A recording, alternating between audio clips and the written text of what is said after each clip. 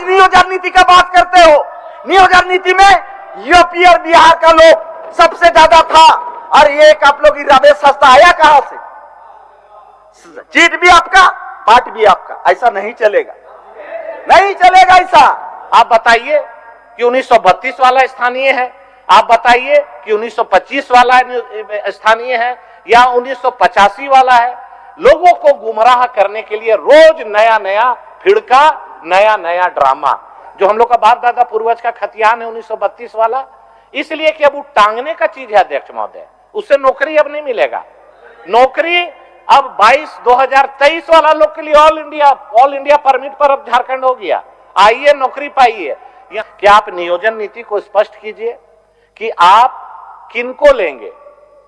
जो झारखंडी है, स्थानीय है, उसकी परिभाषा क्या है? 9 बार पढ़ा अध्यक्ष महोदय और 10 लोग से फोन पे बात किया कि भाई इसमें किसका होगा नौकरी में 75% स्थानीय कौन? किसी ने जवाब नहीं दे पाया अध्यक्ष महोदय।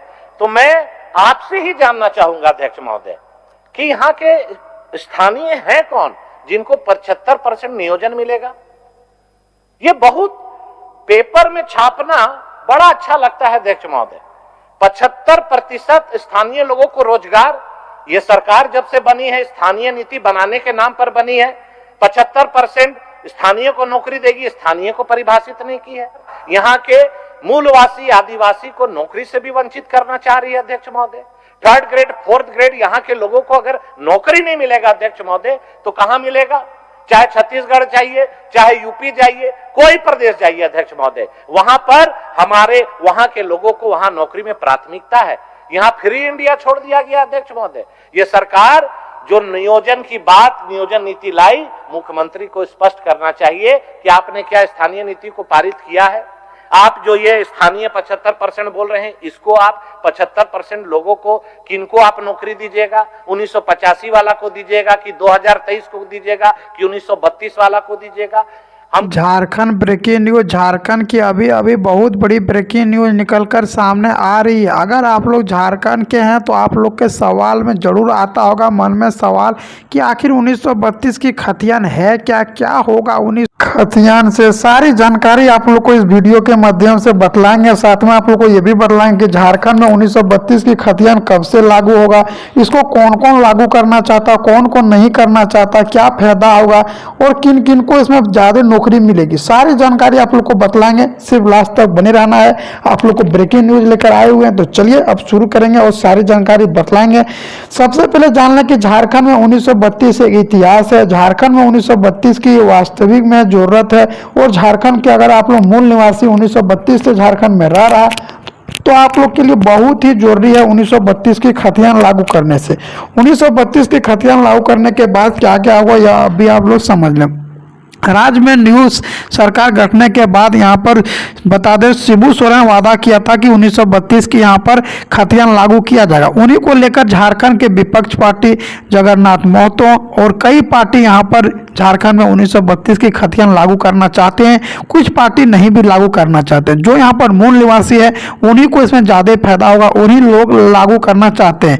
साथ में जान लें कि यहाँ पर झारखंड के शिबू सोरेन ने कहा है कि राज्य में अगर 1932 की खतियान लागू होता है तो झारखंड में यहाँ पर मूल निवासी आदिवासी को बहुत ही ज़्यादा लाभ होगा, क्योंकि आप लोग देखे होंगे कि झारखंड में अधिकतम जो सरकारी नौकरी में आता है वो बाहर का ही छात्र रहता है, और ये 1932 हमारी पहचान है, यह झारखंड के मुख्यमंत्री हेमंत सरकार का कहना है। साथ में जान लें कि 1932 की खतियान लागू होने के बाद आप लोग झारखंडी कहलाएंगे और झारखंड के मूल निवासी आदिवासी होंगे, जिनमें झारखंड के SC ST OBC को सभी छूट दिया जाएगा।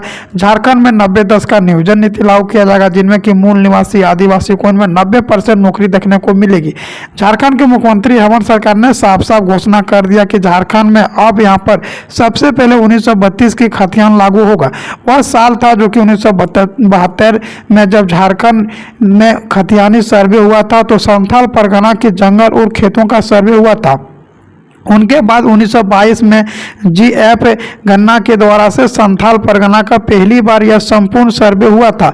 इसी के द्वारा से 1932 में किया गया था। बाद में इनका संशोधन 1934 में और उनके बाद आखिर बार 1936 में किया गया था। तब झारखंड राज्य की मांग भी उठ रही थी। झारखंड राज्य में पहली बार 1912 में यहाँ पर मांग उठी थी झारखंड अलग होने के लिए।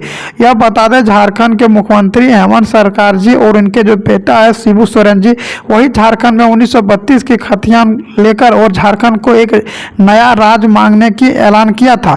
जिनमें 1932 की खतियान लागू हो जाता तो झारखंड में यहाँ पर मूल निवासी आदिवासी को सबसे ज़्यादा फायदा होगा और झारखंड में जितना भी ग्रेड सी ग्रेड डी का नौकरी रहेगा वह सिर्फ झारखंड वाले को ही मिलेगा।